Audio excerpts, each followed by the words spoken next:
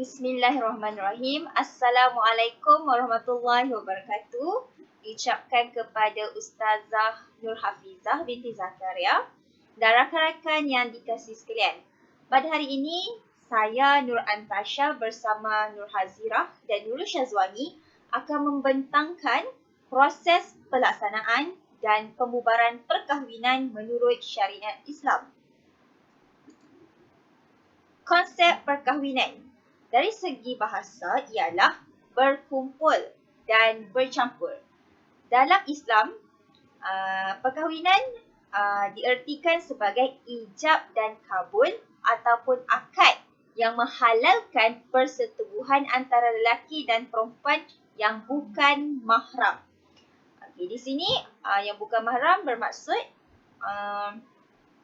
orang luar lah, maksudnya orang yang boleh kita kahwini. Contohnya lelaki, kawan-kawan lelaki kita ataupun sepupu lelaki kita. Kalau mahram ni, contohnya ayah kita, bapa saudara kita, abang kita, adik kita, itu mahram. Okay, seterusnya, perkahwinan juga dalam Islam ni, dia merupakan satu ibadat. Kenapa perkahwinan ni merupakan satu ibadat? Sebab bila seorang lelaki dan seorang perempuan kahwin, contohnya perempuan tu dia melayani suaminya dengan baik. Itu bila dia layan suami dia dengan baik, dia akan dapat pahala. Dan itu dikira sebagai satu ibadah. Contoh. Dan perkahwinan dalam Islam ni sendiri merupakan sunnah Rasulullah sallallahu alaihi wasallam. Ini kita boleh lihat dalam sabda Rasulullah sallallahu alaihi wasallam, barang siapa yang membenci sunnahku, dia bukan dalam kalangan umatku. Maksudnya di sini walaupun kita belum jumpa kita punya jodoh ataupun kita belum jumpa pasangan kita, kita tidak boleh cakap kita tak nak kahwin. Kita tak boleh membenci perkahwinan ni sebab perkahwinan ni merupakan sunnah. Jadi kalau kita tak suka berkahwin, maksudnya kita bencilah kahwin tu. Dan kita kena ingat balik hadis ni dia cakap kalau kita benci perkahwinan tu, kita bukan dalam kalangan umat Nabi. Okay. Seterusnya, perkahwinan. Perkahwinan ni dalam Islam dia dapat memenuhi fitrah. Okay, dia dapat memenuhi fitrah. Sebabnya Allah dia dah ciptakan manusia ni berpasang-pasangan. Buktinya dalam surah An-Najm ayat ke-45. Maksudnya dan bahawasanya dialah yang menciptakan berpasang-pasangan lelaki dan wanita. Maksudnya sebelum kita lahir lagi, kita ni dah ada pasangan, dah ada jodoh. Kan sebelum kita lahir kan, sewaktu kita di alam rahim, Allah dah tetapkan dah siapa jodoh kita, banyak mana rezeki kita. Dari situ nak menunjukkan kita ni dicipta berpasang-pasangan. Okey, perkahwinan ni juga dia merupakan satu keperluan zahir dan batin. Maksudnya kat sini kita sebagai manusia, keperluan zahir kita apa? Keperluan zahir kita contoh pakaian kita pakai ni keperluan zahir lah. Kewangan, apa lagi, tempat tinggal, itu dapat memenuhi keperluan zahir lah. Tapi kalau kita tak kahwin pun ada je benda tu. Cumanya bila kita kahwin, contoh saya sebagai perempuan bila dah ada suami, suami akan sediakan benda tu lah. Itu semua keperluan. Dan keperluan batin ni dia merujuk kepada bukan sahaja dia merujuk kepada hubungan intim, tapi selain itu dilihat juga sebagai kasih sayang. Kita sebagai manusia kan kita suka orang sayang kita. Itu contoh keperluan batin. Baik, saya akan teruskan pembentangan daripada Antasha, iaitu persediaan perkahwinan. Ada 5 perkara persediaan yang perlu ada untuk pasangan yang ingin mendirikan rumah tangga. Yang pertama, dari segi persediaan fizikal, kedua mental, ketiga rohani, keempat ekonomi, dan yang kelima adalah persediaan sosial. Baik, kita lihat persediaan pertama iaitu fizikal. Persediaan fizikal untuk pasangan yang ingin mendirikan rumah tangga perlulah mencapai akhir balik dan bersedia memenuhi tugasnya sebagai suami dan isteri. Baik, kita lihat akhir balik. Apa itu akhir balik? Akhir balik merujuk kepada kedua-dua pasangan ataupun si wanita dan lelaki tersebut telah mencapai fasa balik, iaitu untuk perempuan telah mengalami haid dan untuk lelaki telah mengalami fasa akhir balik iaitu 15 tahun ke atas. Jadi, kenapa pentingnya persediaan fizikal? Sebab kita sedia maklum bahawa setiap perkahwinan menginginkan cahaya mata. Jadi, jika mereka ini tiada akhir balik, mereka sebenarnya tidak boleh membuat keputusan dengan wajar dan mereka juga tidak dapat memenuhi kehendak yang disarankan oleh agama dalam perkahwinan. Bukan itu saja, dari segi persediaan mental juga. Kita sedia maklum bahawa bila kita berkahwin, kita kena bergaul dengan keluarga pihak lelaki ataupun jika lelaki, kita kena bergaul dengan keluarga isteri kita. Jadi, bila kita tahu tanggungjawab kita sebagai seorang anak ataupun ahli keluarga baru dalam keluarga yang kita ingin ataupun pasangan keluarga kita, jadi tanggungjawab ini kita perlu pikul dan bersedia menerima apa sahaja, sama ada kena cakap, kena tegurkan, sebab kita tahu bila kita nak mendirikan rumah tangga, pastinya ada banyak kesalahan yang kita lakukan. Jadi persediaan mental ini kita kena ada supaya tiadanya isu ataupun masalah selepas perkahwinan. Seterusnya adalah persediaan rohani. Kita sebagai insan beragama Islam, kita hanya minta kepada Allah Subhanahu Wa Taala untuk membimbing kita sama ada jodoh kita itu betul yang ditetapkan seperti yang telah dikatakan oleh Antasya sebelum ini, iaitu ketika alam rahim atau bukan. Jadi kita akan lakukan solat istikharah. Solat istikharah ini merupakan solat yang kita mohon petunjuk daripada Allah sama ada keputusan yang kita ingin lakukan, iaitu memilih calon suami kita ni betul ataupun tidak. Seterusnya, persediaan ekonomi. Setiap rumah tangga perlu ada ekonomi yang stabil sebelum kita bina sebuah keluarga yang selesa. Kenapa perlu ada pekerjaan? Pertama, kita sudah maklum kalau kita berkahwin, kita akan tinggal berasingan dengan keluarga kita. Maksudnya ibu bapa kita tidak akan menanggung kita lagi sebab kita telah memilih untuk mendirikan sebuah ataupun membina sebuah keluarga baru. Jadi, jika kita tidak bekerja, bagaimana kita mahu menyewa rumah? Bagaimana kita ingin mencari sesuap nasib? Jadi, sangat penting untuk pasangan di luar sana untuk mempunyai pekerjaan sebelum berkahwin. Bukan sahaja sebelum berkahwin je kena ada pekerjaan. Selepas berkahwin juga, kita mesti ada pekerjaan yang tetap ataupun paling kurang ada pekerjaan yang ingin lakukan supaya setiap bulan keluarga kita ni ada menjana income ataupun pendapatan bulanan. Seterusnya adalah persediaan sosial, iaitu hubungan baik dengan masyarakat.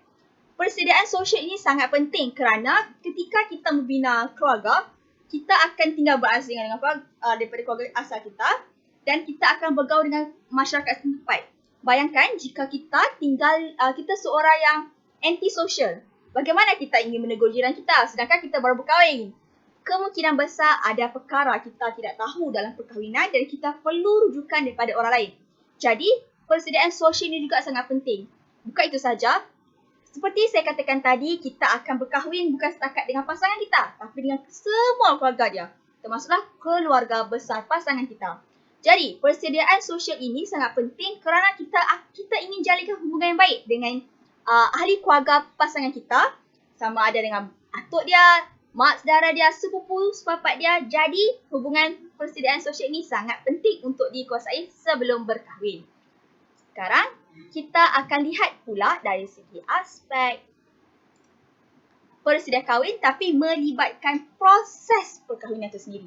Baik, pertama, apa yang kita lakukan? Kita lihat yang pertama ni kan, memilih jodoh. Bagaimana kita nak kahwin kalau kita tak ada jodoh? Kalau kita ada jodoh, mustahil nak kahwin kan? Takkan nak kahwin dengan tiang. Jadi, persediaan pertama adalah dengan memilih jodoh. Kita sebagai orang yang akan berkahwin ni, kita berhak untuk memilih pasangan yang kita inginkan. Dalam Islam sendiri, Rasulullah SAW menggalakkan kita untuk memilih daripada segi 4 aspek. Yang pertama harta, yang kedua keturunan, yang ketiga kecantikan dan yang keempat adalah agama. Namun, daripada keempat aspek ini, hanya satu ditekankan iaitu aspek keagamaan. Jika kamu memilih seseorang itu kerana agama, nescaya 3 aspek yang lain akan menyusuri. Kerana kita sebagai umat Islam, kita ingin membina sebuah keluarga yang sakinah, mawadah, warahmah. Jadi jika pasangan kita ada didikan agama yang cukup, insya-Allah dengan izin Allah, kita boleh membina sebuah keluarga yang berlandaskan syariat Islam. Yang kedua, bila kita dah ada jodoh kita merisik. Okay, apa itu merisik? Merisik adalah bertanya sama ada, untuk lelaki untuk merisik ni, sama ada perempuan yang kita ingin bercadang untuk jadikan isteri maksudnya masih single lah kan, bahasa dia masih single ataupun telah berpunya. Jadi yang ni merisik ni dia boleh tanya pada ibu bapa dia boleh tanya juga dekat rakan-rakan terdekat perempuan tersebut. Bila dia dapati bahawa perempuan tersebut belum ada siapa yang punya, dia akan datang meminang. Baik, meminang ni pula adalah bertanya kepada perempuan itu sendiri, tuan badan sendiri, adakah dia sudi untuk berkahwin dengan si lelaki atau sebaliknya. Sebabkan yang berkahwin adalah perempuan tu, bukannya ibu bapa dia. Jadi perlu bertanya kepada perempuan itu sama ada bersetuju atau tidak. Supaya, kenapa perlu bertanya? Supaya nanti tiada isu yang saya tidak rela berkahwin selepas nikah. Jadi tiadalah isu tersebut kalau kita tanya siap-siap. Okay, bila sahaja perempuan itu bersetuju, jadi kita akan teruskan dengan bertunang. Baik, bertunang tu apa? Bertunang adalah mengikat janji antara dua insan, iaitu lelaki dan wanita. Kan tadi dia dah bertanya, lepas tu dia ikatlah kan, dah tahu, dah betul-betul confirm yang perempuan ni betul-betul nak dekat lelaki ni. Dia ikat dengan apa? Dengan perjanjian pertunangan. Baik, dalam Islam sangat menggalakkan pertunangan ini dirahsiakan. Sebab biasalah kan, bila bertunang ni kita ada dugaan bertunang. Jadi lebih baik kita sembunyikan daripada pengetahuan orang awam. Boleh beritahu tapi dengan ahli keluarga terdekat ataupun sahabat anda terdekat sahaja. Tujuan dia supaya lebih selamat kita punya hubungan, dan bukan itu sahaja, tiada juga timbul isu fitnah dan sebagainya. Kemudian, selepas sahaja ikat janji diselesaikan, sekarang lelaki itu akan memikirkan pula mas kahwin. Mas kahwin ni pula pemberian suami kepada isterinya yang bernilai, dan mas kahwin ini wajib diberikan oleh suami kepada isteri. Dan mas kahwin ini juga adalah ikut kemampuan suami dan disebut semasa akad nikah ataupun ijab dan kabul. Baik, mas kahwin ni biasanya kan kita akan dengar, aku terima nikahnya si Fulan bin si Fulan dengan mas kahwinnya RM50 tunai. Jadi RM50 itu merupakan hadiah pemberian wajib suami kepada si isteri sebagai hadiah perkahwinan tersebut lah. Dan haram bagi suami untuk mengambil hak mas kahwin tersebut. Sebab kita dah macam Islam ni nak beri macam mengangkat darjat perempuan, dia bagi hadiah, jadi takkan nak ambil balik kan. Jadi haram hukum dia seorang suami mengambil hak mas kahwin tersebut. Baik, yang seterusnya walimatul urus. Walimatul urus ni kalau kita sebutkan sebagai satu majlis kenduri kendara lah. Kalau kita di tempat kita panggil kenduri kendara.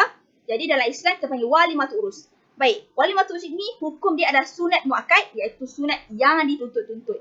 Kenapa? Walimatul urus ni kita akan bernikah kan. Selepas bernikah kita akan buat walimatul urus.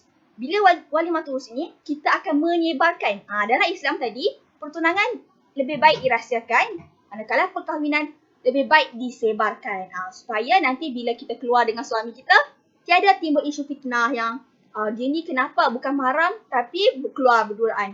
Sangat tidak baik. Tapi bila dengar ada walimatul urus ni, semua masyarakat sekitar tahu bahawa pasangan ini telah bernikah dan mempunyai akad yang sah. Begitu. Jadi ini antara 6 aspek persediaan yang utama sebelum berkah mendirikan rumah tangga. Baik, terima kasih saudari Nurul Syazwani. Saya sambung dengan isu semasa berkenaan mas kahwin. Baik, di sini ada satu keratan akhbar berkenaan perkahwinan Farah Nabilah, seorang artis Malaysia, di mana dia menerima mas kahwin sebanyak RM1,000 daripada pihak lelaki.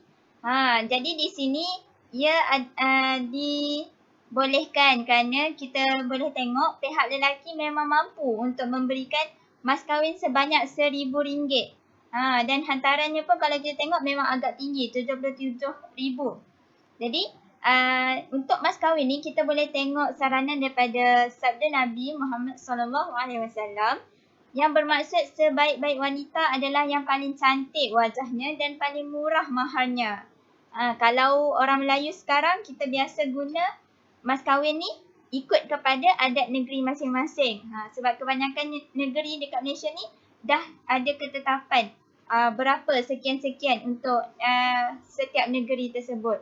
Dan itu pun tak ada masalah selagi mana pihak pengantin lelaki masih mampu untuk membayar mas kahwin tersebut. Seterusnya kita tengok pula keratan akhbar berkenaan pendapat Mufti Perlis, Prof. Madya Dr. Muhammad Asri Zainal Abidin. Pada pandangan beliau, ibu bapa atau waris kepada keluarga bakal pengantin perempuan seharusnya tak membebankan pihak lelaki dalam urusan berkaitan perbelanjaan untuk sesebuah majlis perkahwinan. Maksudnya selagi mana kita boleh memudahkan urusan perkahwinan tersebut, itu adalah lebih baik, mempercepatkan urusan yang baik, urusan perkahwinan kan. Jadi lebih baik kita mudahkan. Seterusnya kita masuk kepada rukun perkahwinan. Baik, secara ringkasnya kita tengok dekat sini rukun perkahwinan ada 5. Pertama, pengantin lelaki ataupun bakal suami. Yang kedua, pengantin perempuan ataupun bakal isteri. Yang ketiga, wali. Yang keempat, 2 orang saksi. Dan yang kelima, akad ataupun ijab dan qabul. Kalau nak senang ingat, kita boleh ingat siswa. SISWA. Suami, isteri, saksi, wali dan akad. Baik, untuk setiap rukun perkahwinan ni, dia terikat dengan syarat-syarat sah untuk sahkan sesuatu pernikahan ataupun perkahwinan tersebut. Okey, sebagai contoh, apa syarat sah untuk pengantin lelaki? Syarat sah nikah. Okey, yang pertama adalah mestilah beragama Islam. Seterusnya, calon pengantin lelaki tersebut mestilah lelaki. Kita tak ragu jantina dia, perempuan ke, unsa ke. Kita mesti memang dah sedia maklum pengantin lelaki adalah berjantina lelaki. Seterusnya, pengantin lelaki mestilah bukan mahram dengan calon isteri. Tak boleh kahwin dengan orang yang kita haram kahwini. Contohnya, adik-beradik kita sendiri, itu tak boleh lah. Ataupun mak saudara, ibu saudara, jadi tak boleh. Mesti pengantin lelaki tu dalam kalangan lelaki ajnabi. Ataupun paling kurang sepupu pun dah boleh kahwin kan. Jadi itu antara syarat sah untuk pengantin lelaki. Selain tu ada mestilah berkahwin dengan kerelaan sendiri. Pengantin lelaki tidak mempunyai 4 orang isteri dalam satu masa. Contohnya kalau lelaki tu dah ada 4 orang isteri yang sedia ada, kalau dia nak kahwin lain, dia mesti ceraikan salah seorang isteri untuk membolehkan dia kahwin dengan orang lain. Sebab kota lelaki untuk berkahwin paling maksimum isteri yang dia boleh miliki dalam satu masa adalah 4 orang sahaja. Jadi kita tengok pula syarat sah untuk pengantin perempuan. Okey, lebih kurang saja syarat sah untuk pengantin perempuan, lebih kurang dengan syarat sah pengantin lelaki. Sebagai contoh, mestilah beragama Islam. Kemudian calon pengantin perempuan berjantina perempuan, bukan lelaki ataupun bukan hunsa. Seterusnya, wanita tersebut halal dikahwini, bukan mahram kepada pengantin lelaki tersebut. Kemudian perempuan tersebut mestilah perempuan yang tertentu. Maksudnya bukan perempuan yang main tangkap muat je ataupun yang dipilih secara rawak. Mesti kita dah tetap siapa yang akan jadi pengantin perempuan tersebut.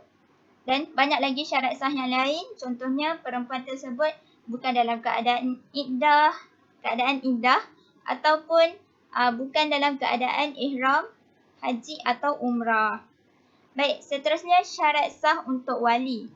Baik, syarat sah untuk wali mestilah beragama Islam, seorang lelaki, baligh dan berakal, waras, tidak dalam ihram, merdeka dan sebagainya. Baik, wali ni sebenarnya ada beberapa susunan wali yang boleh jadi wali kepada pengantin perempuan. Seperti yang kita tahu, ada wali mujbir, ada wali hakim. Mesti ikut turutan susunan wali untuk jadi wali kepada pengantin perempuan tersebut. Yang paling utama sekali, yang pertama sekali mestilah bapa kandung kepada pengantin perempuan tersebut.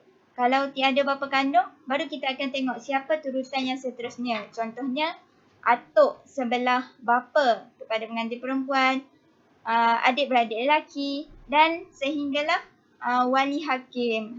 Wali hakim pun boleh dijadikan wakil wali yang dilantik oleh ayah pengantin perempuan. Boleh jadi wali kepada pengantin perempuan tersebut. Dan seterusnya kita tengok pula syarat sah untuk 2 orang saksi. Baik, 2 orang saksi ni mestilah beragama Islam. Kedua-duanya adalah lelaki sebab tidak sah saksi daripada perempuan. Seterusnya saksi mestilah balik dan berakal, merdeka, tahu dan faham kandungan lafaz ijab dan qabul. Sebab untuk menjadi saksi mestilah dia faham apa yang dilafazkan dalam lafaz ijab dan qabul tu kan. Contohnya kalau lafaz ijab dan qabul tu guna bahasa Inggeris ataupun bahasa Arab, saksi mestilah faham maksud kandungan lafaz tersebut supaya dia boleh mengesahkan akad tersebut sama ada sah ataupun tidak. Sebab bila sah ataupun tidak akad tu, baru kita tahu pernikahan tu sah ataupun tidak. Bergantung kepada lafaz akad tu. Jadi saksi juga mestilah bukan orang yang buta, bisu ataupun pekak. Mesti orang yang sempurna, yang boleh melihat dengan baik, yang boleh mendengar dengan baik, boleh faham dengan baik. Seterusnya, syarat sah untuk ijab dan qabul. Baik, syarat sah untuk ijab dan qabul ataupun akad nikah ni, mestilah yang pertama, menggunakan perkataan nikah atau perkataan yang mempunyai maksud yang sama, yang dapat membawa maksud yang jelas dengan maksud nikah tersebut. Tidak boleh guna bahasa kiasan. Mestilah gunakan lafaz yang jelas, yang boleh difahami. Dan mesti disebutkan nama pengantin perempuan dalam lafaz qabul tersebut. Seterusnya, antara syarat sah lain untuk akad nikah adalah tiada tempoh tertentu.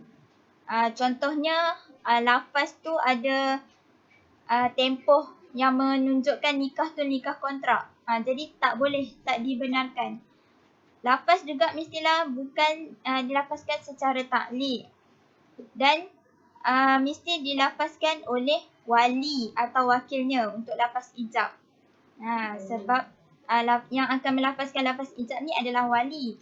Dan yang akan menyambut lafaz ijab tersebut, yang akan melafazkan lafaz qabul, mestilah pengantin lelaki. Baik, itu adalah antara syarat sah kepada setiap rukun perkahwinan ini. Baiklah, kita teruskan dengan tanggungjawab dalam perkahwinan. Kita akan lihat tanggungjawab suami. Yang pertama, memberikan nafkah zahir dan batin kepada isteri. Nafkah zahir ni termasuklah makanan, tempat tinggal, pakaian. Nafkah batin seperti hubungan seksual dan sebagainya. Yang kedua, suami perlu menjaga keselamatan dan kesihatan isteri dan anak-anak. Okay, sebagai seorang suami, kita sentiasa melindungilah keluarga kita. Di saat di saat isteri dan anak-anak kita dalam bahaya, itu tanggungjawab suami untuk melindungi mereka. Kalau anak isteri sakit, tanggungjawab suami juga untuk membawa mereka ke hospital.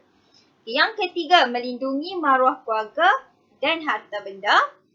Yang keempat, sentiasa membimbing isteri dengan ajaran Islam. Ini termasuklah membimbing isteri lah. Suami ni, contohnya kalau macam isteri, dia tak pandai baca Al-Quran. Jadi, tanggungjawab suami untuk mengajar isteri membaca Al-Quran. Sekiranya suami juga, dia pun tak mahir dan tak pandai baca Al-Quran, maka suami ni perlulah membawa isteri belajar Al-Quran dan mereka sama-sama belajar. Itu dalam kategori suami yang tak boleh nak ajar isteri lah. Okay, seterusnya, suami juga bertanggungjawab mendidik akhlak anak-anak. Ini bila suami isteri ni dah ada anak-anak, ini menjadi tanggungjawab suami untuk mendidik anak-anak. Mendidik anak-anak ni kena bermula daripada kecil sebab kalau mereka dah besar nanti memang susah untuk mendidik anak-anak sebab mereka dah besar, mereka macam pepatah Melayu cakap melentur buluh biarlah dari rebungnya. Bila anak-anak esok dia jadi buluh, memang susah, memang keras untuk kita bentuk akhlak mereka. Yang terakhir, menjadi penasihat dalam menyelesaikan masalah. Sebagai seorang suami, kalau ada masalah keluarga, suamilah bertanggungjawab untuk menasihat isteri. Seterusnya, kita lihat pula tanggungjawab isteri. Yang pertama, menjaga kehormatan diri. Okey, kalau kita tengok dalam menjaga kehormatan diri ni, benda perkara yang paling kita nampak, bab aurat. Okey, sebagai seorang isteri tu, kita kena sentiasa beringatlah untuk sentiasa menjaga aurat kita. Sebab bila kita dah berkahwin, segala dosa kita pun akan ditanggung oleh suami. Jadi, kita perlu menjaga kehormatan diri kita sebagai seorang isteri. Yang kedua, patuh terhadap suruhan suami. Okey, ini dalam konteks ini kita tak boleh sebagai seorang isteri, kita tak bolehlah mendahakai suami. Apa yang suami cakap, semua kita tak nak ikut. Itu tak bolehlah. Yang ketiga, mencurahkan kasih sayang kepada suami dan anak-anak. Okay, kita tahulah orang isteri ni, dia penuh dengan sifat kasih sayang. Jadi tanggungjawab isteri juga untuk memberikan kasih sayang kepada anak-anak dan suami. Yang keempat, menjaga amanah dan harta suami. Dalam konteks ini, isteri ni tak bolehlah boros. Memanglah harta suami tu harta isteri, tapi suami ni kena pandailah guna duit yang suami bagi. Jangan berboros. Kena sentiasa menjaga amanah. Okay, seterusnya, isteri juga perlu menyimpan rahsia pergaulan suami isteri. Dalam konteks ni, kita dapat lihat kalau macam antara suami isteri tu, dia ada, contohlah ada aib. Aib ataupun rahsia antara suami isteri. Jadi, isteri ni dia tak boleh cerita dekat masyarakat lain tentang aib suami dia. Kalau ada aib, tak boleh cerita dengan orang luar. Kena pandai jaga rahsia. Seterusnya, tidak meninggalkan rumah tanpa izin suami. Ini banyak berlaku dalam masyarakat kita. Asal keluar rumah je, tak bagi tahu, terlupa nak bagi tahu si suami. Sepatutnya, tanggungjawab isteri, bila nak meninggalkan rumah, dia sepatutnya bagi tahu isteri, bagi tahu suami dia dulu. Mendapat keizinan suami terlebih dahulu. Dan yang terakhir, tanggungjawab isteri, berhias diri hanya untuk tatapan suami saja, bukan untuk lelaki lain. Seterusnya, kita akan masuk bab poligami. Okay, ini saya sertakan satu hadis dari riwayat Ahmad bin Hanbal, iaitu yang bermaksud, barang siapa yang mempunyai dua isteri, lalu dia cenderung kepada salah seorang di antaranya dan tidak berlaku adil antara mereka berdua, maka kelak di hari akhirat dia akan datang dengan keadaan pinggangnya miring hampir jatuh sebelah. Okey, hadis ini menggambarkan suami yang beristeri dua. Keadaan suami yang beristeri dua dan dia tak boleh berlaku adil antara keduanya. Dan digambarkan pada hari kiamat tersebut, lelaki ni dia akan berjalan dalam keadaan pinggangnya miring dan hampir terjatuh. Nak menunjukkanlah betapa pentingnya kita perlu adil terhadap isteri-isteri kita sekiranya kita berpoligami. Seterusnya, kita lihat definisi poligami. Poligami bermaksud amalan beristeri lebih daripada satu orang pada masa yang sama. Okay, selalu kita dengar poligami ni madu. Okay, madu ni bukan madu lebah yang kita makan tu, tapi madu yang banyak isteri. Seterusnya, kita lihat pula hukum poligami. Okay, hukum poligami ni ialah sunnah Rasulullah SAW. Harus berpoligami di dalam Islam, tapi dengan syarat-syarat tertentu. Seorang suami tu, seorang suami tu dia mestilah boleh adil terhadap isteri-isterinya. dan suami tersebut mampu. Maksudnya suami dia tu kaya, dia boleh tampung isteri-isteri anak-anak dia.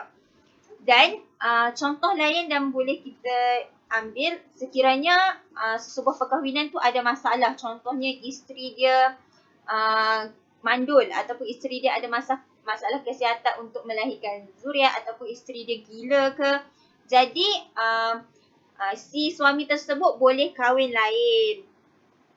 Dan yang pastinya suami tersebut perlulah adil. Okey, hukum poligami. Seterusnya, kesimpulan. Okey, yang pertama, manis bahtera perkahwinan dapat dirasai bukan sahaja dalam perkahwinan monogami, tetapi juga poligami. Monogami tu maksudnya satu isteri. Jika perkahwinan tersebut benar-benar menepati syarat dan syarak. Okey, kalau kita lihat poligami ni, kita boleh lihat dalam masyarakat kita, contoh Ashraf Muslim.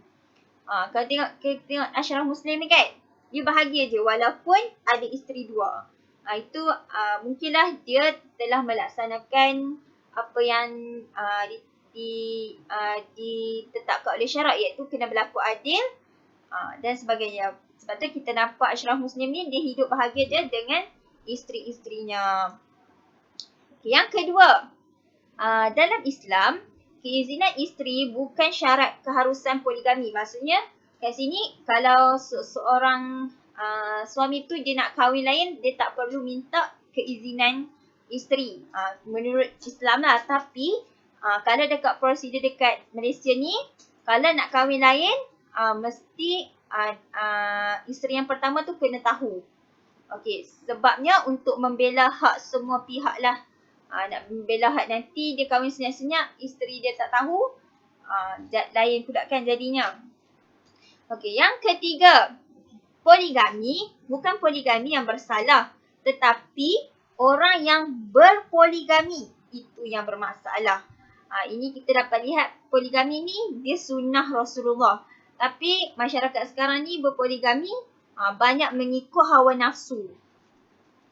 Dia sedar diri dia tu tak mampu. Tapi disebabkan hawa nafsu dia nak kahwin lagi sampai cukup kota 4 orang.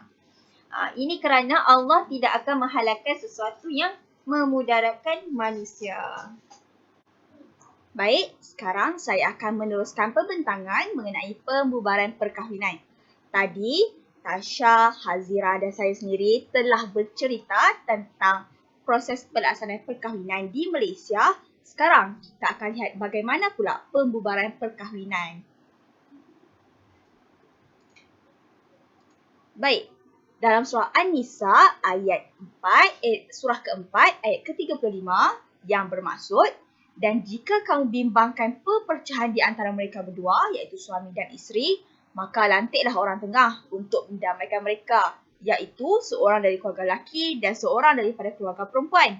Jika kedua-dua orang tengah itu dengan ikhlas bertujuan untuk mendamaikan, nescaya Allah akan menjadikan kedua suami dan isteri itu berpakat baik. Sesungguhnya Allah sentiasa mengetahui lagi amat mendalam pengetahuannya.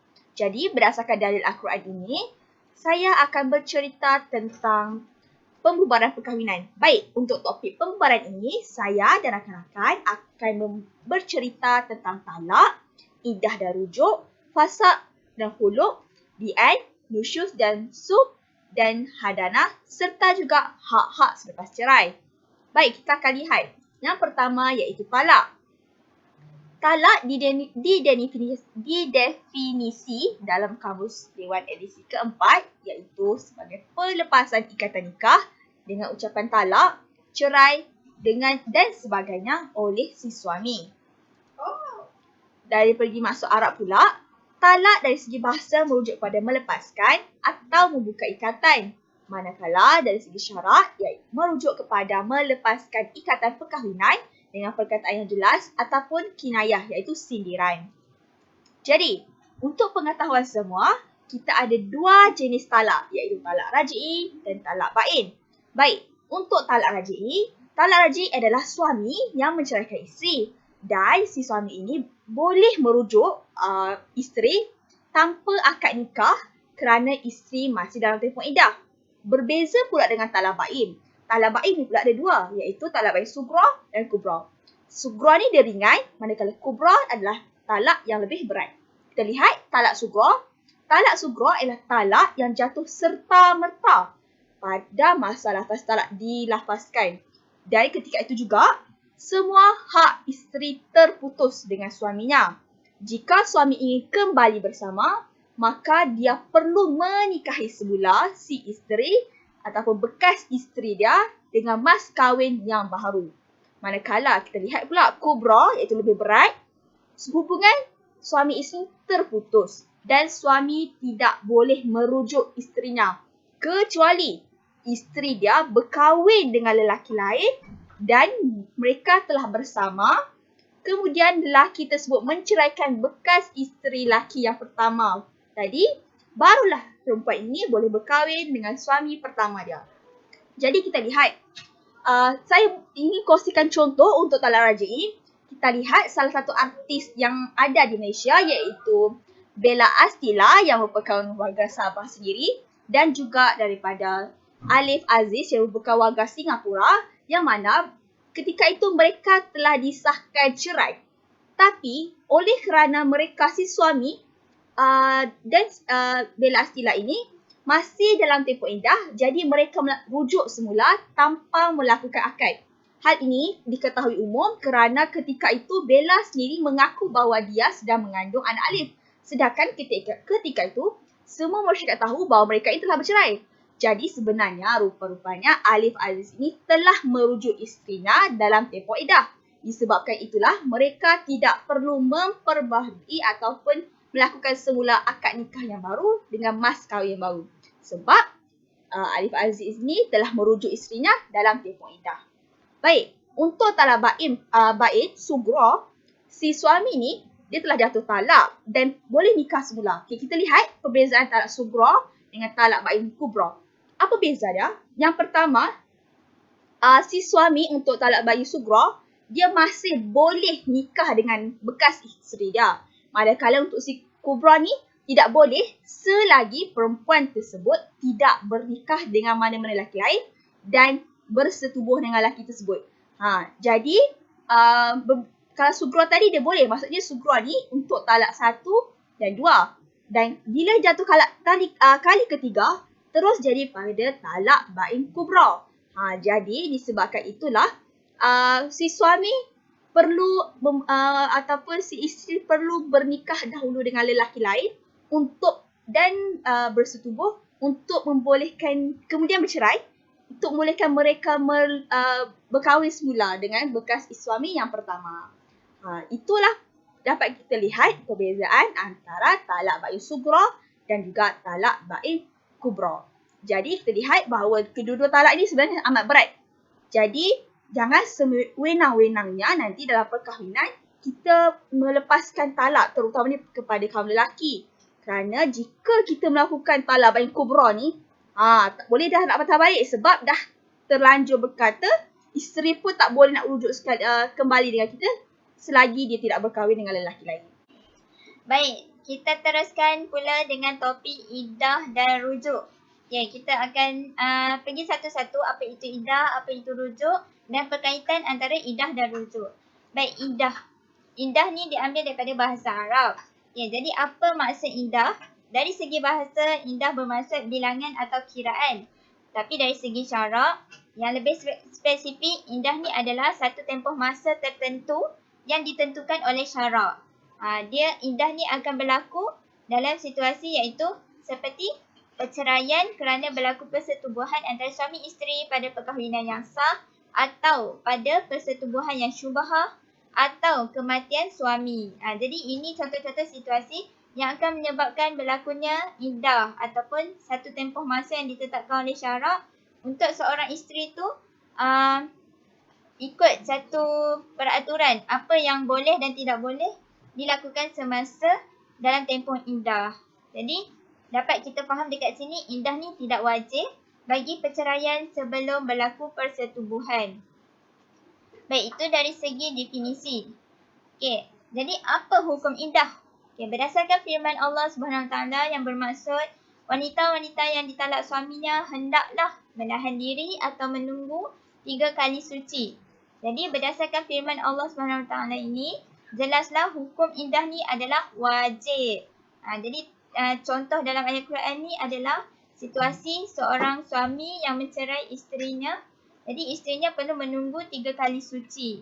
Jadi untuk penjelasan lebih lanjut, dapat kita tengok dekat sini, indah ni terbahagi kepada 6 jenis. Banyak lagi jenis ataupun situasi yang menyebabkan seorang isteri ni ada satu tempoh indah, satu tempoh tertentu.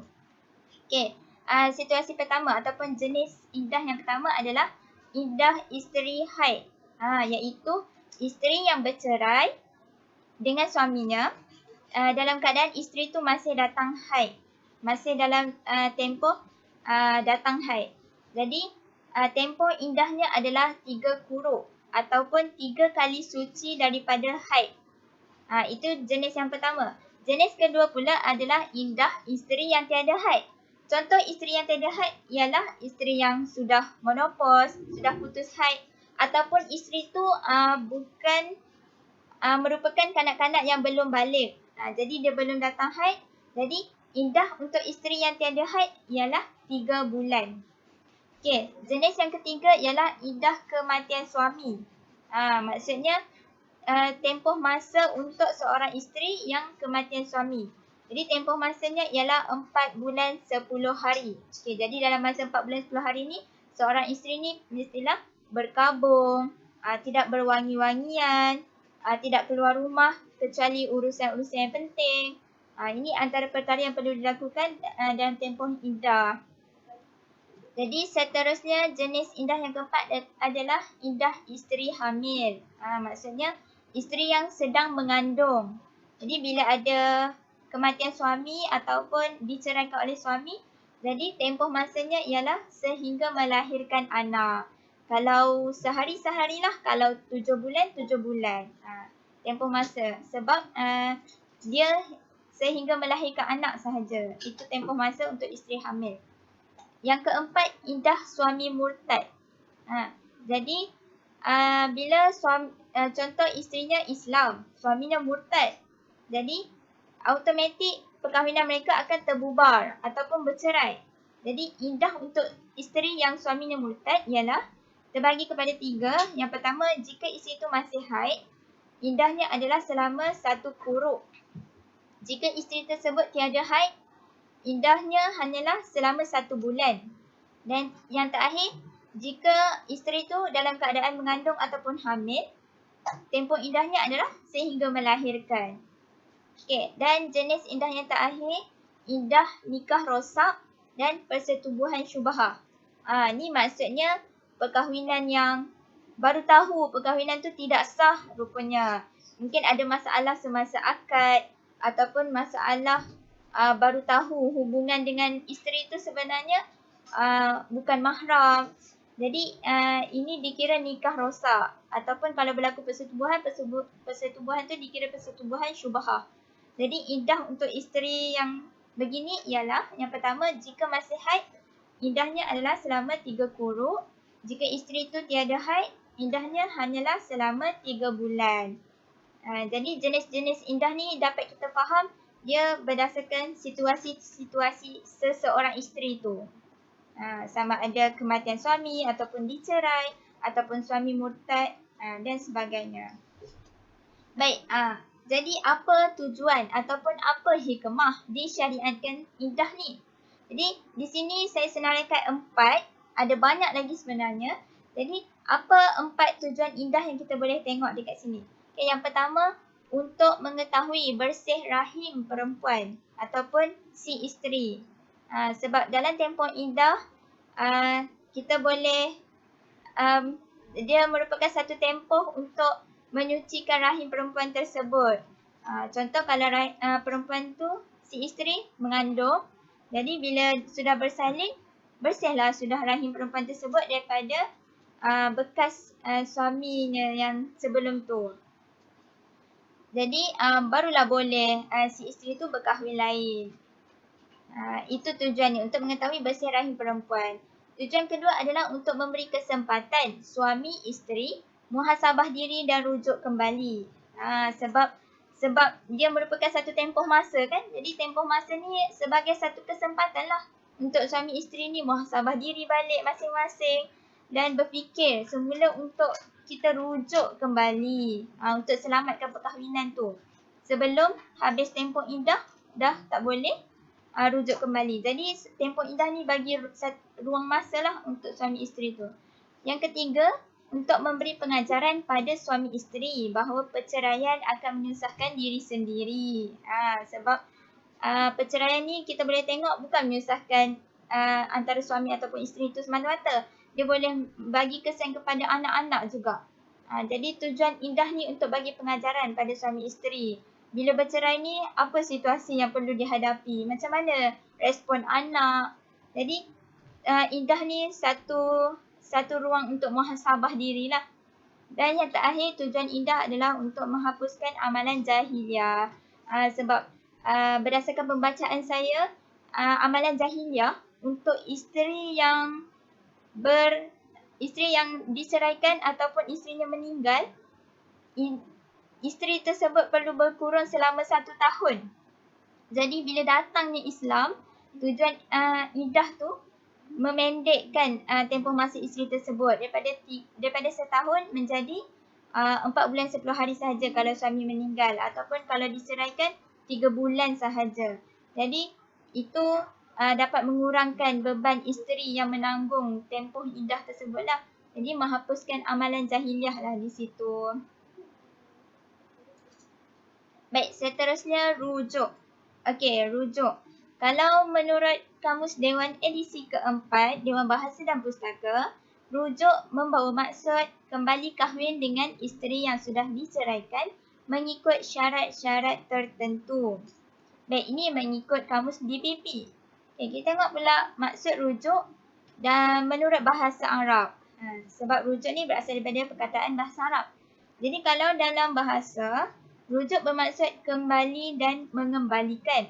Dari segi syarak bermaksud mengembalikan status hukum perkahwinan secara penuh oleh suami terhadap isteri setelah terjadi talak raj'i dalam masa iddah dengan ucapan tertentu. Jadi apa yang kita boleh faham berdasarkan definisi ni ialah rujuk ni melibatkan suami yang mengembalikan status seorang isteri tersebut dan membina satu hubungan perkahwinan lah daripada asalnya bercerai. Okey, seterusnya kita tengok hukum rujuk. Okey, baik. Hukum rujuk adalah dibolehkan, iaitu tidak memerlukan wali, mas kahwin ataupun kesediaan isteri yang ditalak. Jadi rujuk ni dibolehkan. Jika suami menggunakan kesempatan rujuk untuk menganiaya isteri, itu baru jatuh haram hukumnya. Sebab suami yang gunakan kesempatan untuk rujuk hanya untuk aniaya isteri ataupun nak menahan isteri daripada berkahwin dengan orang lain, jadi itu satu bentuk kezaliman. Jadi hukum rujuk yang asalnya dibolehkan, dia jatuh hukum haram untuk suami merujuk isterinya kembali.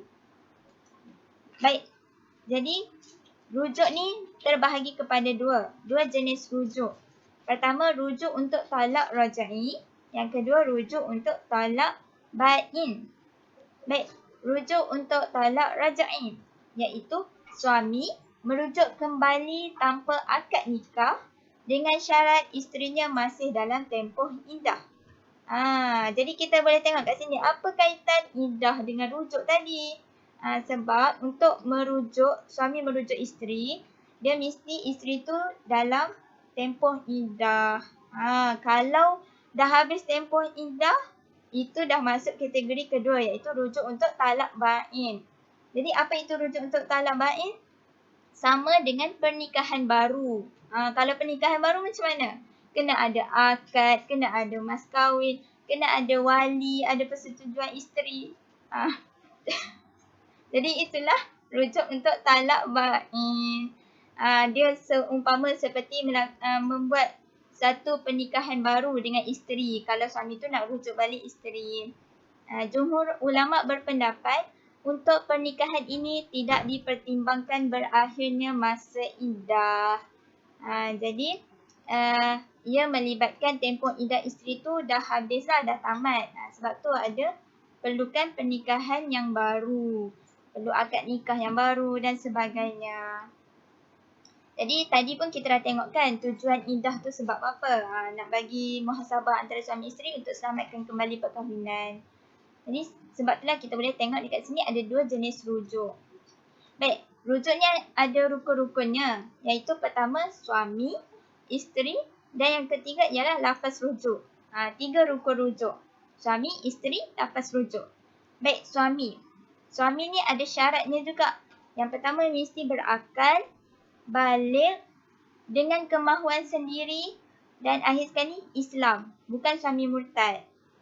Contoh kalau suami tu dah murtad, memang tak boleh langsunglah dia merujuk kembali isterinya. Kalau rujuk pun perkahwinan tu tak sah. Perkahwinan tu dah dikira terbubar dah. Seterusnya isteri. Rukun rujuk yang kedua isteri. Apa syarat isteri ni? Mestilah telah disetubuhi. Kita dah tengok tadi maksud rujuk melibatkan pernikahan yang sudah melakukan persetubuhan suami isteri tersebut. Jadi kalau pernikahan yang belum ada persetubuhan antara suami dan isteri, jadi kalau bercerai pun isteri tu memang tak ada tempoh iddah. Kalau nak rujuk pun tak boleh, memang kena ada satu pernikahan yang baru. Dan seterusnya, isteri tu mestilah bercerai dengan talak, bukan dengan fasakh atau huluk. Sebab dengan fasakh atau huluk, kalau bercerai dengan fasakh atau huluk ni, dia tidak boleh dirujuk. Dia mesti kalau suami nak rujuk kembali pun, kena ada satu pernikahan yang baru. Jadi talak ni berbeza dengan fasakh dan huluk. Okay, yang ketiga, isteri belum dijatuhkan talak 3. Samalah macam huraian tadi, sebab bila dijatuhkan talak 3, automatik tidak boleh dirujuk semula isteri tersebut. Boleh dirujuk kembali tapi dengan syarat-syarat yang ketat, syarat-syarat tertentu. Okay, dan yang terakhir, isteri tu mestilah baru dicerai 2 kali. Maksudnya belum dicerai sehingga 3 kali ataupun talak 3. Okay, rukun rujuk yang ketiga adalah lafaz rujuk. Okay, lafaz rujuk merupakan lafaz yang menunjukkan maksud rujuk. Maksudnya suami melafazkan niat dia untuk merujuk isteri tu, yang boleh difahamilah oleh isteri tu apa maksud lafaz suaminya tersebut. Jadi lafaz tu menunjukkan maksud rujuk. Lafaz tu mestilah tidak bertaklid, tak ada terikat dengan apa-apa syarat ataupun apa-apa tempoh dan tidak terbatas waktu. Jadi rujuk ni mestilah dengan ikhlaslah suami tu nak rujuk kembali isterinya, untuk membina kembali hubungan suami dan isteri. Baiklah, sebentar tadi kita dah tengok tentang talak. Sekarang kita akan masuk kepada fasakh dan khulu. Okay, kita akan lihat dulu fasakh. Apa itu fasakh? Okay, menurut Kamus Dewan edisi keempat, fasakh bermaksud pembatalan nikah apabila puncanya disedari akibat tidak sahihnya nikah. Fasakh juga merujuk kepada pembatalan nikah menurut keputusan kadi kerana sebab tertentu atas aduan isteri. Okay, dalam istilah Arab, fasakh ni maksud dia batal ataupun bubar atau rosak ataupun putus. Dalam istilah syarak, fasakh ni merujuk kepada membatalkan atau membubarkan ikatan perkahwinan antara suami isteri atas sebab dan keadaan tertentu. Maksudnya fasakh ni terbatal, batal. Okey, fasakh ni merupakan satu cara untuk suami isteri bubarkan satu perkahwinan dengan cara mereka kena mohon daripada pihak mahkamah. Fasakh ni dia kena, kalau nak buat tuntutan fasakh ni, dia kena pergi ke mahkamah. Okay, fasakh ni dia bertujuan untuk memelihara hak seseorang yang ditindas. Okey, saya berikan contoh di sini. Contohnya suami isteri ni, si suami ni dia jenis yang suka marah-marah, dia jenis panas baran sikit. Dia tak boleh tengok si isteri ni dengan lelaki lain walaupun lelaki tersebut akan sekerjanya. Contohlah kan. Kemudian si suami ni dia jenis panas baran dan dia suka pukul isteri dia. Okay. Dan kita kalau kena pukul kan, kalau kita sebagai seorang isteri kena pukul, mesti kita takkan tahan. Kena pukul dengan suami, kena dera dengan suami, mesti kita takkan tahan. Jadi kita boleh buat tuntutan fasaq di mahkamah dengan kita ceritakanlah apa yang berlaku dekat kita ketika di mahkamah. Itu satu contoh. Okey, contoh yang kedua, fasaq juga boleh dituntut oleh seorang isteri sekiranya si suami tu kan dia tidak memberikan nafkah zahir kepada nafkah zahir kepada si isteri. Contohnya kan, si suami ni dia tak bekerja. Yang bekerja hanyalah si isteri. Si isteri lah yang tanggung makan minum, pakaian, rumah sewa, semua isteri bayar. Kelengkapan anak-anak semua isteri yang tanggung. Lelaki ni dia duduk rumah goyang kaki saja. Banyak cantik muka dia kan. Jadi si isteri ni dia boleh buat tuntutan fasaq dekat mahkamah dengan dia menceritakanlah hal-hal yang berlaku kepadanya. Okey, itu contoh yang boleh fasaq. Sebenarnya fasaq ni dia boleh dua-dua, suami dan isteri. Tetapi suami ni kalau nak berpisah dia akan lebih gunakan talak lah. Dia akan gunakan talak. Kalau nak guna fasaq pun boleh, tapi kebanyakan suami dia akan guna talak lah sebab dia talak, dia cakap cerai terus kat suami, kat isteri dia. Jadi dibubarkanlah perkahwinan tu. Tapi untuk fasaq ni boleh suami dan atau isteri. Okey, fasaq ni dia macam talak bain, iaitu dia tak boleh rujuk. Kalau suami isteri tu dah berpisah secara fasaq, kalau si suami ni nak balik pada isteri, isteri pun nak balik pada suami ni, mereka kena kahwin semula. Maksudnya kena akad baru, mas kahwin yang baru. Okey, seterusnya kita akan lihat pula khuluk. Apa itu khuluk? Khuluk ni menurut Kamus Dewan, penceraian yang diminta oleh isteri dengan bayaran menurut jumlah yang dipersetujui. Ataupun khuluk ni kita lebih kenali dia sebagai tebus talak. Okey, khuluk. Khuluk ni dia merupakan talak yang berlaku dengan keinginan isteri dan kesungguhannya untuk bercerai. Isteri menebus dirinya agar dibebaskan oleh suami dengan cara isteri mengembalikan mas kahwin yang diterima dahulu kepada suami. Okay, saya berikan satu situasi.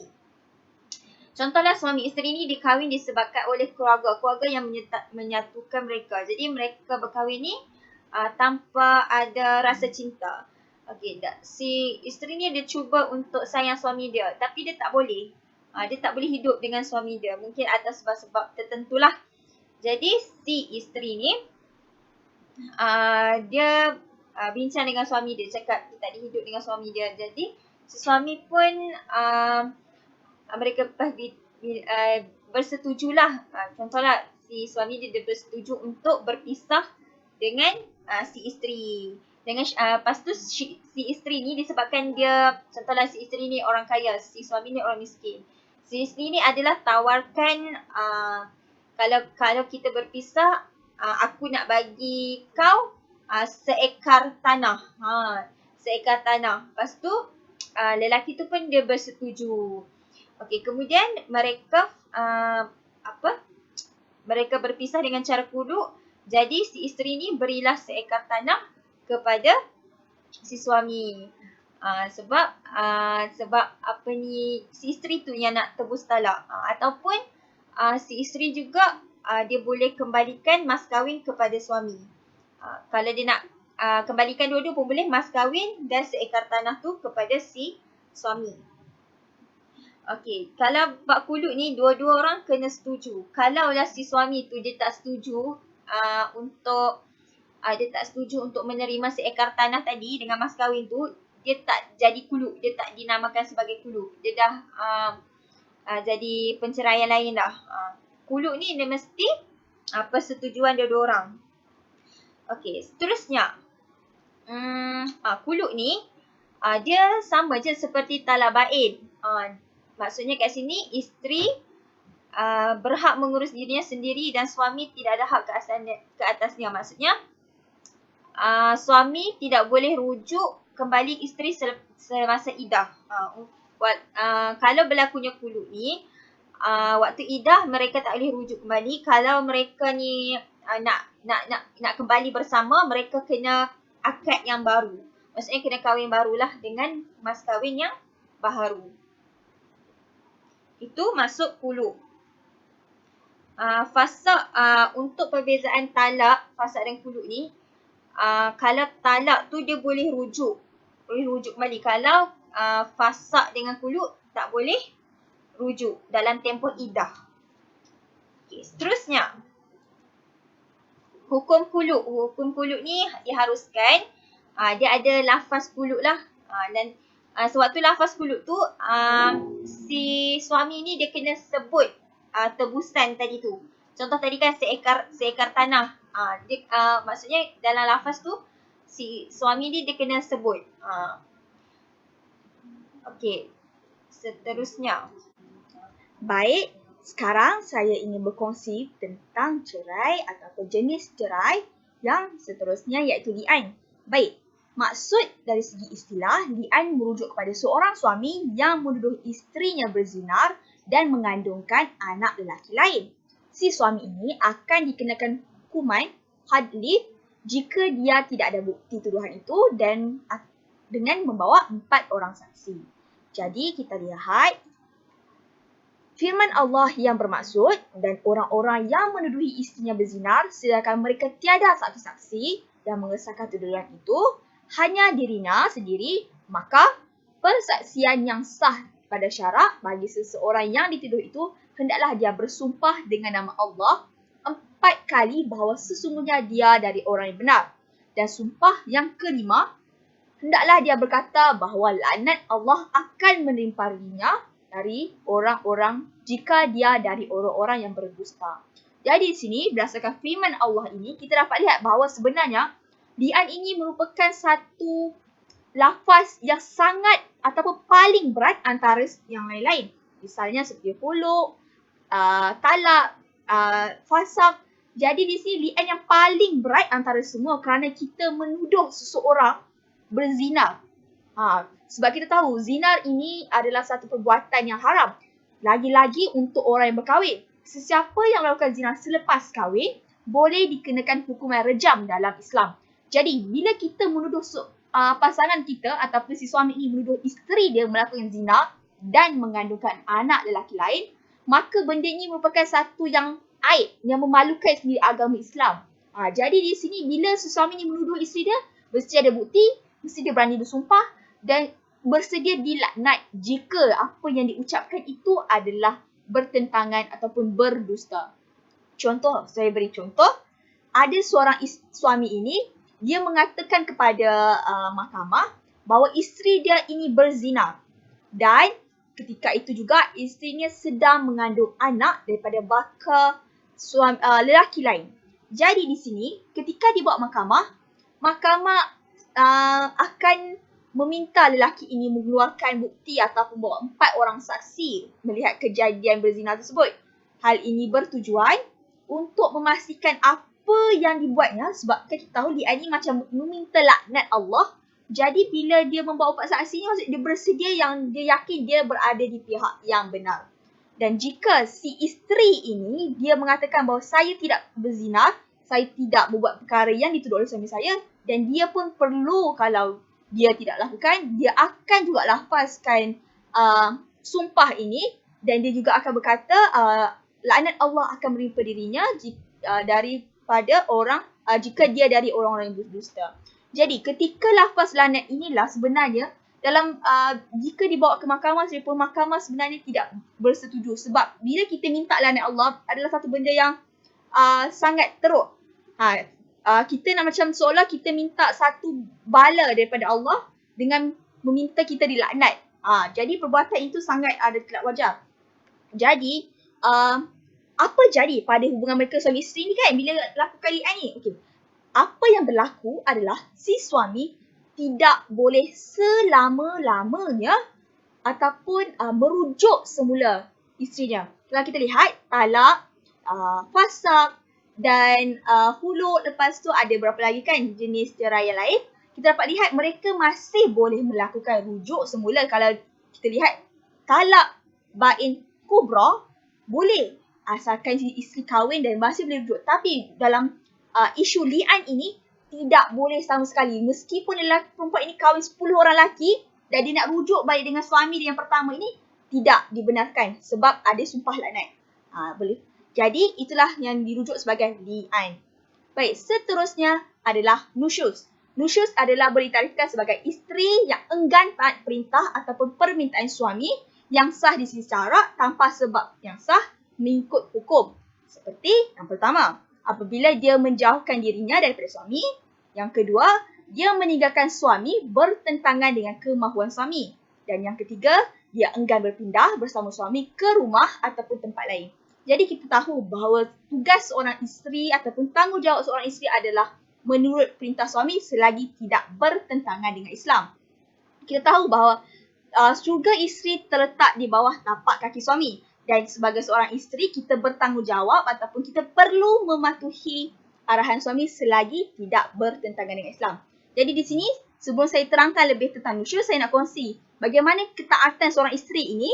Kita dapat lihat pada zaman para sahabat dulu, ada seorang wanita ini tinggal dengan suami dia dan rumah ayah kepada perempuan ini berada di tingkat atas. Kiranya kan orang Arab ni dia suka bina rumah, maksudnya dia anak-anak dia akan bina di atas-atas. Jadi bertingkat-tingkat. Jadi ayah dia ni tinggal kat tingkat bawah, dia ni tingkat atas.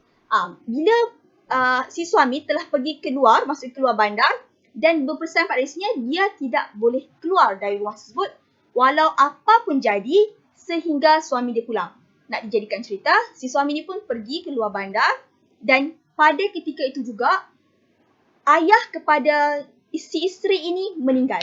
Kita sebagai seorang anak, bila ahli keluarga meninggal, pasti kita akan ingin melawat kan.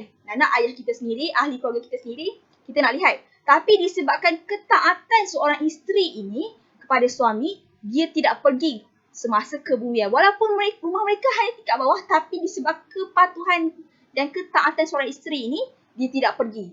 Jadi di sini kita lihat, bila jatuh sahaja hukum nusyuz, sebenarnya isteri telah melanggar arahan suami yang tidak bertentangan dengan syarak. Jadi kita lihat, isu yang kita dapat lihat pada hari ini adalah artis, isu yang sedang kecoh iaitu artis Nina Hazrizal diarah kembali taat kepada suami. Kita dapat lihat bahawa kita semua tahu isu ini iaitu artis Nina ni, dia telah kembali ke rumah keluarganya tanpa pengetahuan suami dan izin suami. Dan perkara ini telah menyebabkan si suami ini meminta kembali taat. Dan Nina ni dikira nusyuz sebagai seorang isteri, tak taat sebab lari daripada tanggungjawab dia sebagai seorang isteri yang perlu setia di sisi suami dia. Firman Allah dalam surah An-Nisa yang bermaksud, dan wanita-wanita yang kamu bimbing nusyuznya, maka nasihatilah di mereka. Dan pisahkanlah diri dari tempat tidur mereka dan pukullah mereka. Kemudian, jika mereka mentaatimu, janganlah kamu cari jalan-jalan yang menyusahkannya. Maksudnya di sini, bagaimana Allah menekankan bahawa nusyuz ni kita ada berperingkat. Maksudnya kalau perempuan yang nusyuz, kita perlu bimbing dia. Sebab kita tahu perempuan ini insan yang lemah, perlukan bimbingan. Jadi sebagai seorang suami yang bertanggungjawab, dia perlu bimbing, nasihati dia, mula pisah ke tempat tidur, pukul kalau perlu. Dan jika si isteri kembali taat dan mendengar kata, janganlah si suami ini memperbesar-besarkan isu tersebut. Jadi di sini kita dapat lihat isu nusyuz yang ketika ini adalah melihat artis inilah. Baik, Alhamdulillah sekarang kita sambung topik sulh. Baik, apa yang dimaksudkan dengan sulh? Okay, maksud sulh adalah satu proses mempertemukan dua pihak dalam majlis perundingan terpimpin secara rasmi. Jadi, apa yang kita boleh faham iaitu contoh situasi suami isteri memerlukan rundingan ataupun kaunseling ataupun pendapat daripada pihak mahkamah. Jadi, bolehlah mengaturkan satu pertemuan perbincangan yang dinamakan sulh, iaitu satu proses berbincang. Baik, ini bertepatan dengan firman Allah Subhanahu Wa Taala. Dan jika dua puak dari orang-orang yang beriman berperang, maka damaikanlah di antara keduanya. Surah Al-Hujurat ayat 9. Jadi, berdasarkan firman Allah SWT ni, Allah sangat menganjurkan supaya kita mendamaikan puak-puak yang sedang berperang. Jadi sebagai contoh suami yang sedang mengalami masalah dalam rumah tangga, jadi bolehlah berunding dengan pihak mahkamah syariah, dengan pihak-pihak yang berautoriti untuk mendapatkan rundingan. Contoh yang kita boleh tengok situasi yang pernah berlaku ialah situasi artis Nur Nabila dan Sharnaz Ahmad yang melalui proses sulh ataupun perundingan sebelum mereka mengambil keputusan untuk bercerai. Jadi banyaklah yang dibincangkan dalam proses rundingan ni, antaranya tentang hak penjagaan anak mereka nanti selepas mereka bercerai. Jadi apa kelebihan sulh ni kan? Okay, macam yang kita sedia maklum, bila berlaku perundingan secara rasmi ni, jadi kita lebih terbuka lah untuk mendengar nasihat ataupun pandangan daripada pihak yang berautoriti. Berbeza dengan perundingan biasa yang kita buat, perundingan biasa tanpa melibatkan pihak-pihak berwajib ni, perundingan tu boleh jadi berat sebelah ataupun dipengaruhi oleh faktor-faktor luar yang akhirnya keputusan daripada perundingan tu tak jelas ataupun tak dapat satu kata putus yang seimbang untuk hak kedua-dua pihak. Kemudian kelebihan lain sulh ni, kita dapat mensamaratakan hak-hak semua pihak yang terlibat. Perundingan tu pun berjalan tak ada mendominasi kepada pihak-pihak tertentu semata-mata. Perundingan berjalan secara matang dan keputusan yang akan diambil nanti pun insya-Allah akan berjalan dalam keadaan kedua-dua pihak reda dengan keputusannya nanti. Berbeza dengan perundingan biasa yang mungkin akan ada timbul tak puas hati antara salah satu pihak nanti. Jadi itulah kelebihan kita berunding dengan pihak mahkamah syariah terutamanya secara terpimpin, secara rasmi. Dapat pandangan daripada pelbagai faktor dan membincangkan isu-isu yang memang perlu dibincangkan jika sesuatu keputusan itu diambil. Kita bincang baik buruk sesuatu keputusan tersebut. Baik, itu yang kita boleh kupas, kita boleh tengok untuk sulh. Jadi seterusnya kita tengok pula tentang hadanah ataupun penjagaan anak. Baik, hadanah dari segi bahasa bermaksud rusuk, dada atau sisi badan. Dari segi istilah pula ialah menjaga dan mengatur urusan anak yang belum mampu mengurus dirinya sendiri serta melindungi anak daripada perkara bahaya. Jadi itu dari segi istilah. Jadi apa yang kita boleh faham dekat sini, maksudnya hadanah ni konsep dia untuk menjaga anak yang belum mampu urus diri sendiri tu, kita jaga hak dia. Dan hadanah ni memang perlu dibincangkan oleh pasangan yang telah bercerai. Baik, di sini saya nyatakan siapa yang berhak untuk menjaga anak-anak yang bagi pasangan yang telah bercerai tersebut. Baik, orang pertama yang paling berautoriti, yang paling bertanggungjawab untuk menjaga anak ini nanti adalah ibu, iaitu si isteri tadilah, ibu kepada anak tersebut. Jadi dialah antara orang yang pertama yang paling berhak untuk mendapat hak penjagaan anaknya sendiri. Jadi selepas ibu, jatuh hak tersebut kepada nenek sebelah ibu, iaitu nenek kepada anak tersebut tadi, ibu kepada ibu anak tersebut tadi. Selepas nenek tersebut ialah bapa, barulah bapa, iaitu si suami ataupun ayah kepada anak tersebut. Kemudian nenek sebelah bapa, kemudian kakak atau adik perempuan seibu sebapa, kakak atau perempuan seibu, kakak atau perempuan sebapa. Dan itulah turutan untuk hak-hak siapa yang berhak menjaga anak bagi pasangan yang telah bercerai. Jadi, apa tujuan sebenarnya hadanah ni kan? Tujuan dia adalah untuk mengatur tanggungjawab dengan penjagaan dan pendidikan kanak-kanak yang masih kecil.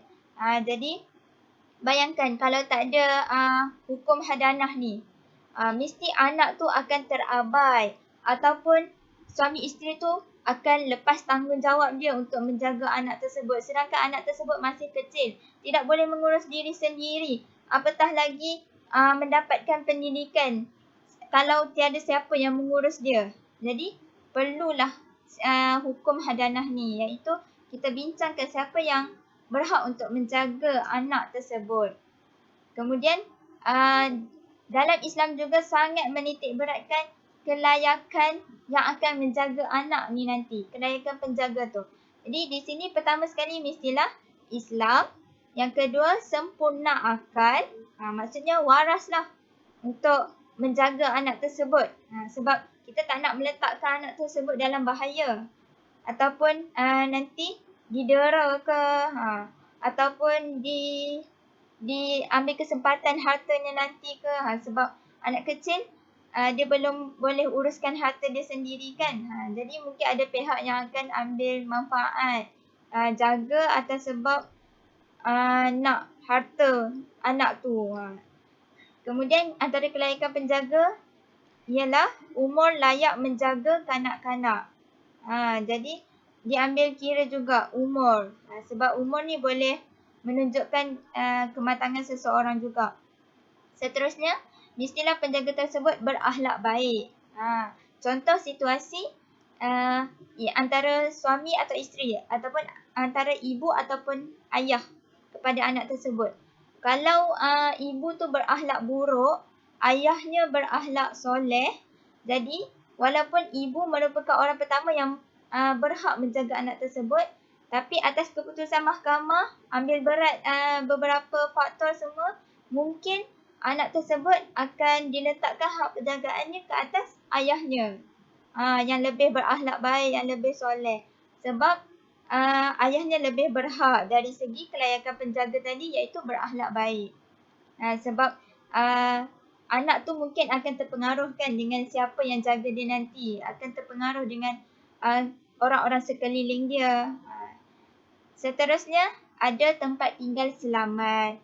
Orang yang menjadi penjaga kepada anak tu nanti mestilah mempunyai tempat tinggal yang selamat untuk sediakan tempat tinggal untuk anak tersebut.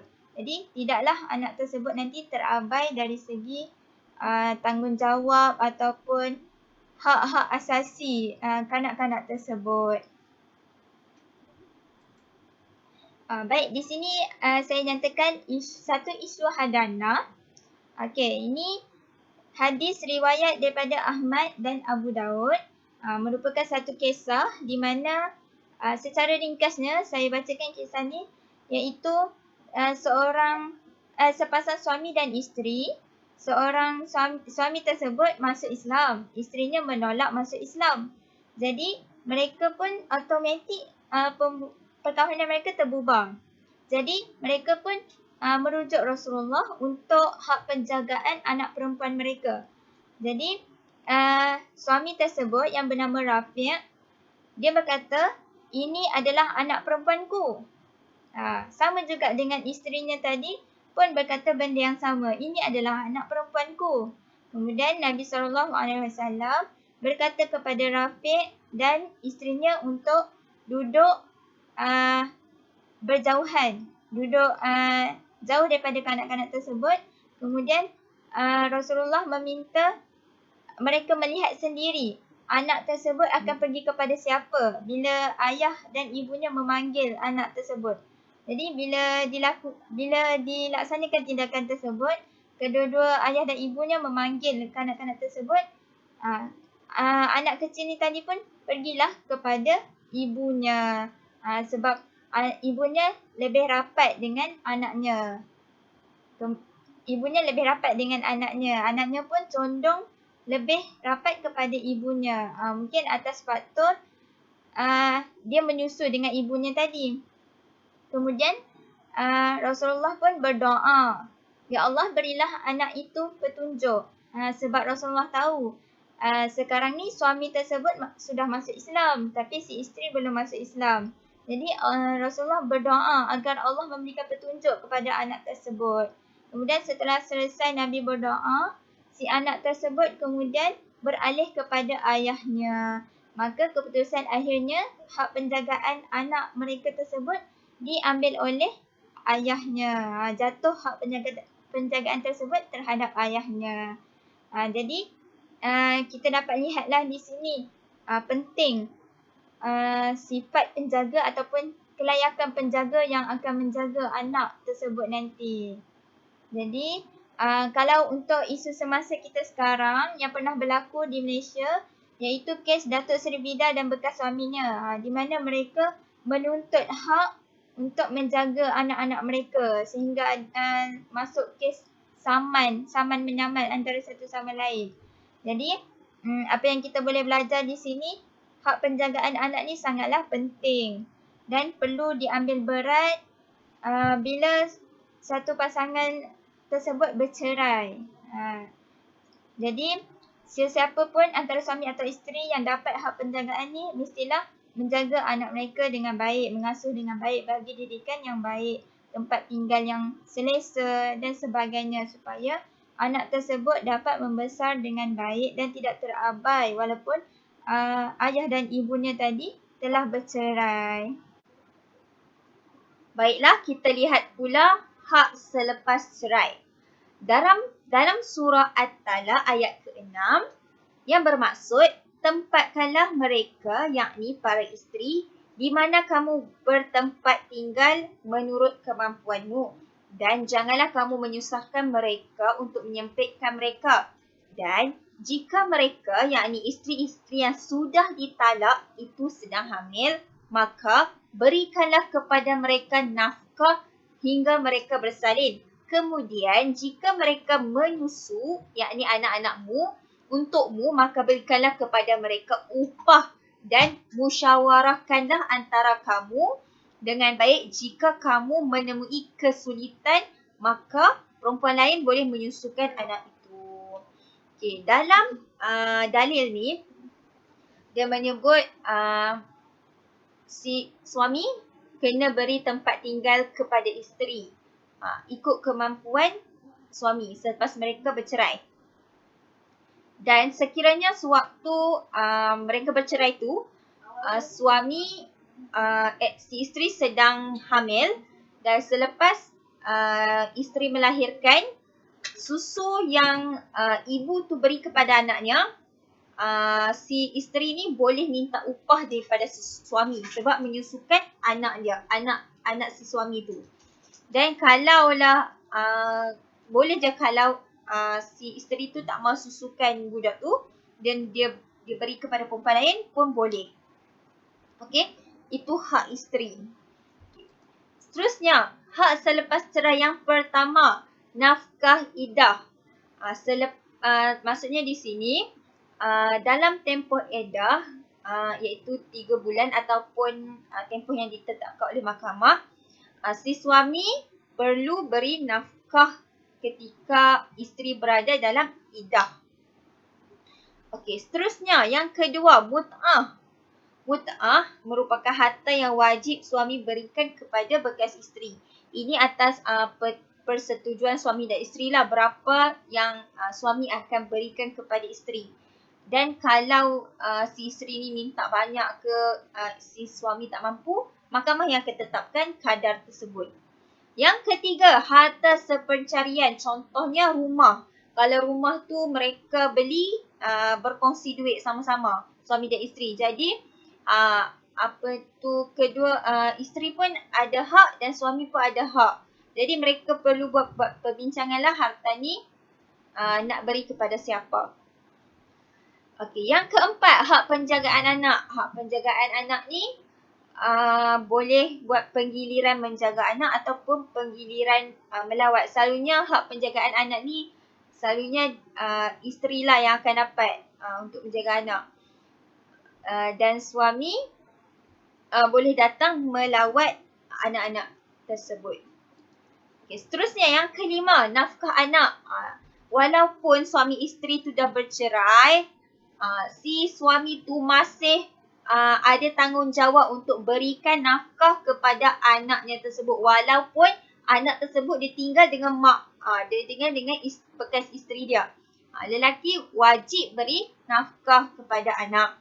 Yang keenam, tunggakan nafkah anak. Okey, kalaulah suami tu untuk tiap-tiap bulan tu, contohlah bulan pertama, bulan kedua, si suami tu tak beri nafkah kepada anaknya.